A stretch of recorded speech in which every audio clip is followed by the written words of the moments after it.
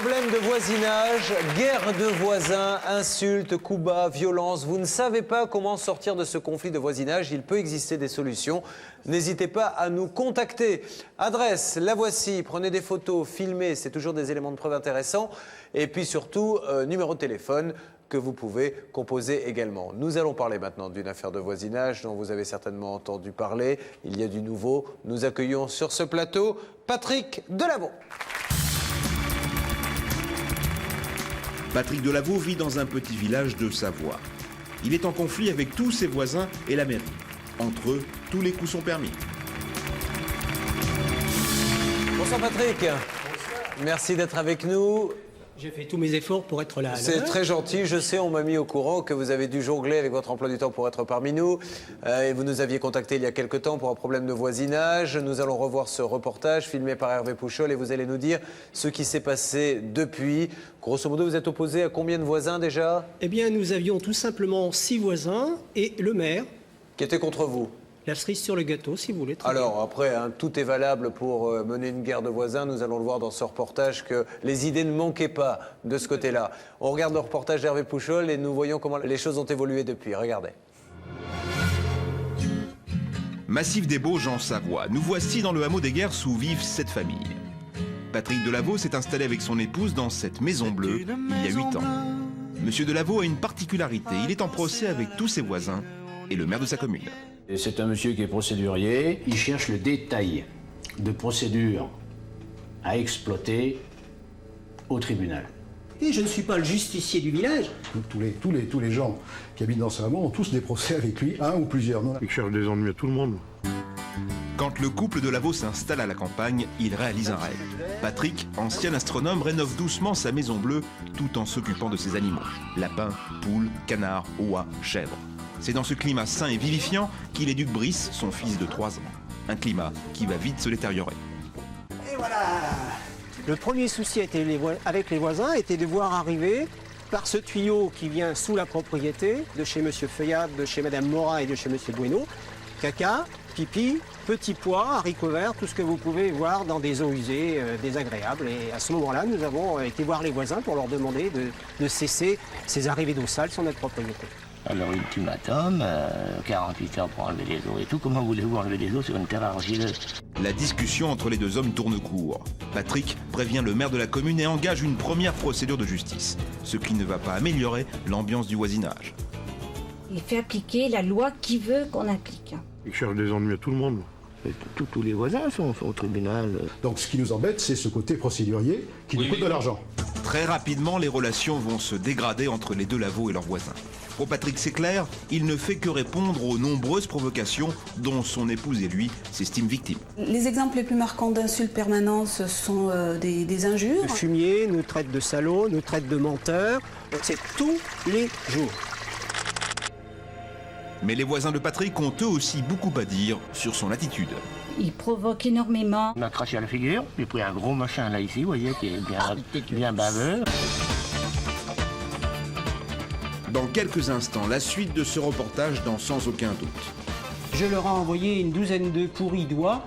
Ils sont rentrés se laver parce que c'est très désagréable en hôtel. Il y a 2 solutions, où il faut le faire soigner, ou il faut l'enfermer, il n'y a pas d'autre solution. Oui. La guerre des voisins continue. Patrick va-t-il tenir face à ses voisins?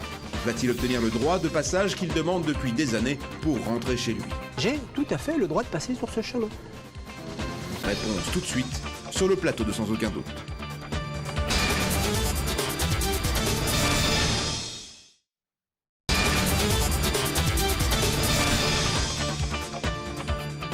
Patrick Delavaux est pour la 2e fois sur le plateau de Sans aucun doute. Il est propriétaire d'une jolie maison dans un petit village de Savoie. Son problème, il est en procès avec tous ses voisins. Tous les gens qui habitent dans ce hameau ont tous des procès avec lui. Je ne suis pas le justicier du village. Il cherche des ennuis à tout le monde. Entre Patrick et ses voisins, c'est la guerre. Tous les coups sont permis. Fumier nous traite de salauds, nous traite de menteurs. C'est tous les jours. La guerre des voisins va-t-elle enfin cesser? La suite du reportage. Les voisins de Patrick ont eux aussi beaucoup à dire sur son attitude. Il provoque énormément. Il m'a craché à la figure. J'ai pris un gros machin là ici, vous voyez, qui est bien baveux. Il a été condamné. Ça fait plaisir. Il m'a foutu une baffe. Il y avait un peu de sang dans l'oreille. 2 coups de savate que quand même, là j'étais prévenu, j'ai réussi à les éviter. Oui. Mais je vous dis qu'il est dangereux ce type. Il y a 2 solutions. Ou il faut le faire soigner, ou il faut l'enfermer. Il n'y a pas d'autre solution. Oui. Suite à cette agression, M. Feuillat dépose plainte contre Patrick Delaveau. Il est condamné à des dommages et intérêts. Autre objet du litige, le chemin qui traverse le hameau. Il serait privé. Patrick revendique avant tout un droit de passage. Là encore, l'affaire est en cours. Quand il passe en voiture... Et ce chemin, actuellement, il est en procès. Nous attendons la fin du procès. J'ai tout à fait le droit de passer sur ce chemin. Que les voisins, ça leur plaise pas, c'est leur souci, ça les amuse. On n'a jamais été contre le fait que vous passiez sur le chemin. On a toujours été contre le fait que vous passiez à vitesse trop rapide et tout le monde vous en a fait des remarques. Donc c'est la seule chose qui nous embête, c'est que vous roulez trop vite, beaucoup trop vite sur ce chemin.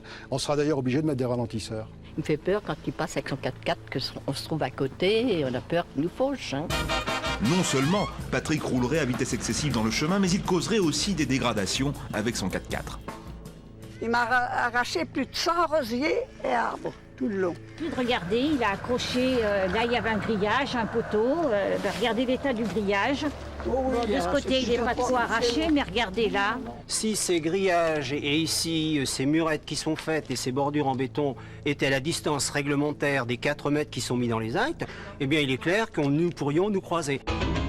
Mais les voisins de leur côté nargueraient régulièrement Patrick.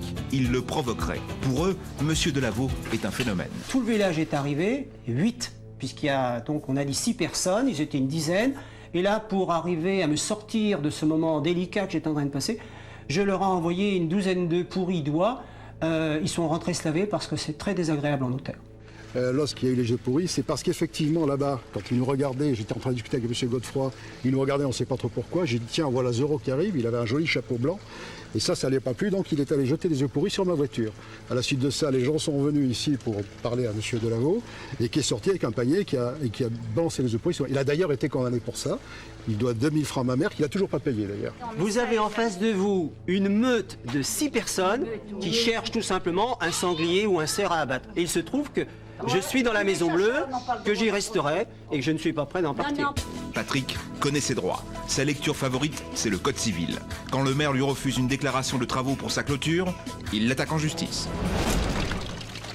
Alors ici, pour pouvoir réaliser cette simple clôture tout à fait conforme au Code civil, il nous a fallu 4 ans de procédure au Conseil d'État. C'est une maison bleue accrochée à la colline. Et quand le calme revient dans le village, on chante. Mais certaines chansons, et notamment leurs paroles, ne seraient pas du goût des Delaveau. Pour Monsieur Bueno, ce sont les chansons paillardes du style « J'aimerais bien jouer avec la chatte de ma voisine ». Je vous chante pas les notes parce que c'est très désagréable. Ah non, la chatte de la voisine, non.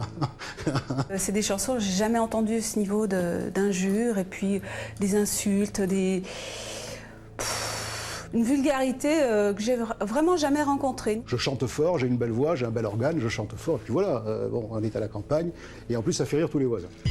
Mais Monsieur Bueno ne se contente pas de chanter des chansons paillardes.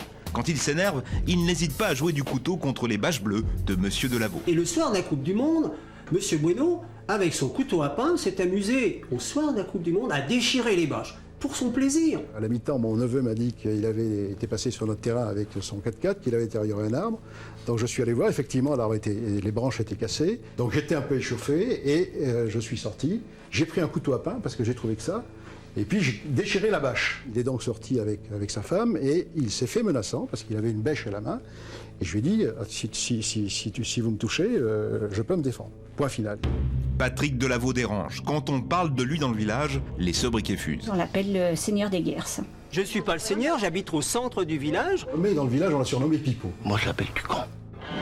Insultes, vitesse excessive, dégradation de matériel, calomnie, faux témoignages, plaintes, procès. C'est le quotidien de ce petit hameau de 6 maisons. Ils sont un peu ridicules. Hein. Mais vraiment, je vous assure, ils s'ennuient. Hein. Je me demande si c'est pas un homme qui s'ennuie et qui n'a rien à faire. Qu'est-ce qu'on lui demande, c'est de continuer sa vie. On l'embête pas, nous. On sait surtout tout faire pour nous faire quitter le village. Et ça, c'est hors de question. Je suis assez philosophe et assez patient pour attendre ma vie durant, pour que notre fils, qui un jour aura la maison, puisse en profiter pleinement sans avoir de soucis. C'est une maison bleue accrochée à la colline. On y vient à pied, les gens vivent là ont jeté la clé. Jamais je ne jetterai la clé de la Maison Bleue.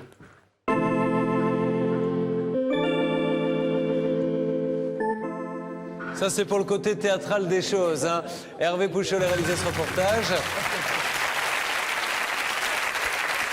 Alors, faisons quand même un petit point, parce que là, on termine sur une note humoristique, mais au quotidien, ça fait combien il y a eu de procès? Nous avons essayé d'abord par les médiations. Il faut savoir qu'il y a eu médiation avec Mme Gers, médiation avec M. Bueno, médiation avec M. le maire, médiation ensuite avec les 6 voisins en même temps. Et il faut avouer qu'après toutes ces médiations, tous ces contacts, il fallait bien obligatoirement aller vers un effet de justice pour avoir le droit qui s'applique. Alors justement, où en est-on aujourd'hui au niveau justice? Est-ce que vous avez gagné ou perdu vos procès? Alors aujourd'hui, la procédure est terminée, close, depuis le 13 novembre 2003. Donc vous voyez, c'est du tout neuf, c'est pour ça que je vous avisais, Julien, tout de suite. Eh bien, nous avons le droit d'utiliser ce chemin, servitude de passage, qui date depuis 1876, que j'ai retrouvé dans tous les actes. Mais ce chemin est aujourd'hui déterminé à 3,50 mètres. Donc les 6 voisins qui sont à côté sont chargés d'enlever les murettes, les poteaux, les bétons qui nous empêchent de passer. Et cela n'empêchera pas les casseroles d'eau. Vous pensez qu'ils vont le faire? Mais ils ont une astreinte de 60 € par jour de retard pendant 90 jours. Donc, ce qui fait que s'ils attendent les 90 jours, ils vont nous rembourser le prix de la maison. Merci à eux.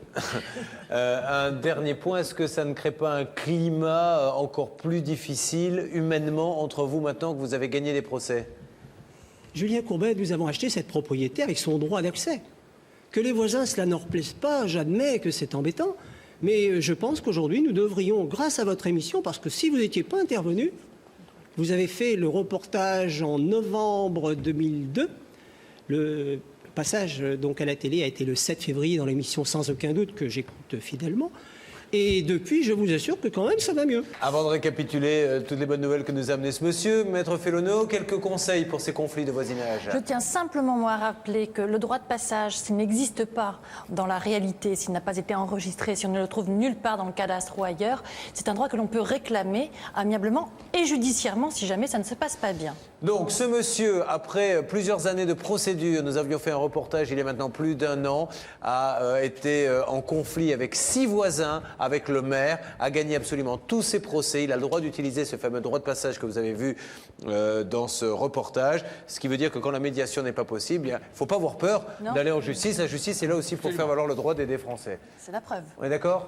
Absolument. Monsieur Delaveau, merci 1000 fois et bon retour chez vous. J'espère que vous allez pouvoir vivre des jours paisibles que vous méritez.